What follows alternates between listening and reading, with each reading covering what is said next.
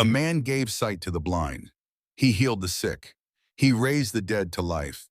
He turned water into wine. Yet, is it believable to say that this man was crucified? One of the 12 disciples who followed him betrayed him. Why this betrayal? What happened in those final days? The entire history of the world changed. That day is called Holy Friday, Good Friday. What happened on that day? Why is a day of sacrifice called good? To know this deep story in full, watch this video until the end. Before starting his ministry, Jesus fasted for 40 days in the wilderness and faced temptations. Later, he chose 12 apostles and preached love, forgiveness, and mercy to the whole world. The miracles he performed, the blind seeing, the sick being healed, and the dead rising, elevated his fame. But at the same time, it stirred the jealousy and anger of the religious leaders. That jealousy turned into a great betrayal. Jesus' disciple, Judas Iscariot, grew envious of his fame and agreed to reveal his location for 30 silver coins. It wasn't just a sale, it was a betrayal. Before that, Jesus shared a final meal with his disciples, known as the Last Supper. At that time, he foretold his death, saying, "One of you will betray me." Taking the bread, he said, "This is my body." And giving the wine, he said, "This is my blood."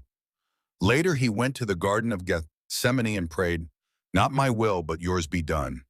Then Judas Iscariot arrived with soldiers and betrayed him by identifying him with a kiss. Jesus was arrested. He was brought first before the religious leaders and then before the Roman governor, Pontius Pilate.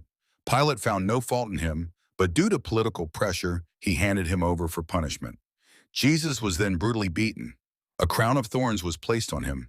He was humiliated before the people.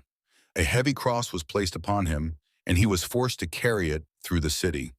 When he became weak, a man named Simon of Cyrene was forced to help carry the cross.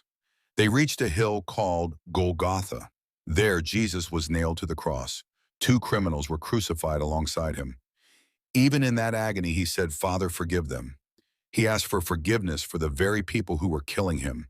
When he looked at his mother, the Virgin Mary, he suffered deeply within, yet he remained peaceful. At noon, the whole world was plunged into darkness. At 3 p.m., saying, "It is finished," he gave up his life. At that moment, the thick curtain of the temple was torn in two from top to bottom, a miracle no human could perform. The earth shook. A soldier confessed, "Truly, this was the Son of God." Later, his body was placed in a tomb. That day was a very dark day, but within that darkness, there was a great hope. That is why this day is called Good Friday. It is the day